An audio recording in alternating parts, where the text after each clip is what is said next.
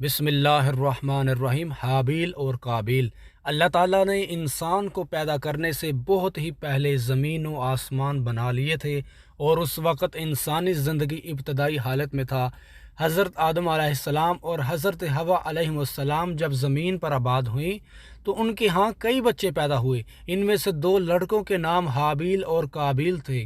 قابیل عمر میں بڑا تھا، وہ کسان تھا اور فصلیں اگاتا تھا۔ حابیل ایک چرواہا تھا اور بھیڑ بکریاں پالتا تھا۔ حابیل نیک نوجوان تھا جبکہ قابیل ظالم تھا۔ وہاں ایک خاتون تھی، دونوں بھائی چاہتے تھے کہ اس خاتون سے اس کی شادی ہو جائے۔ اس طرح جھگڑا شروع ہو گیا۔ ان کے والد نے کہا کہ دونوں اللہ تعالیٰ کو اپنی اپنی قربانی پیش کریں۔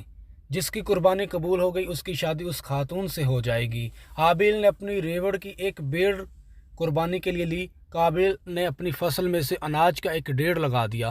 دونوں نے اپنی قربانی پہاڑ کی چوٹی پر رکھ دی کہ دیکھیں کس کی قربانی قبول ہوتی ہے۔ آسمان سے ایک آگ آئی جس نے حابیل کی بکری کو جلا ڈالا۔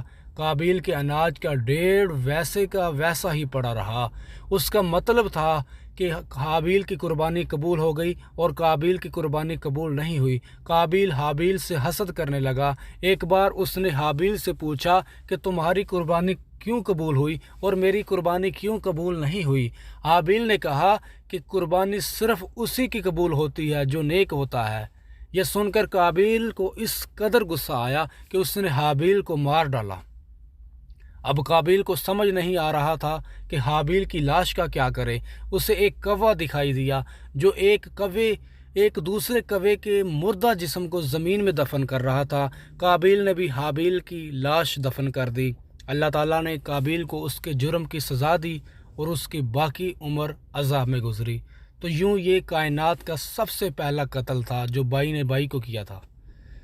Thanks for watching. پلیز اس چینل کو سبسکرائب کریں اور دوستوں کے ساتھ شیئر کریں، لائک شیئر کمنٹ کریں۔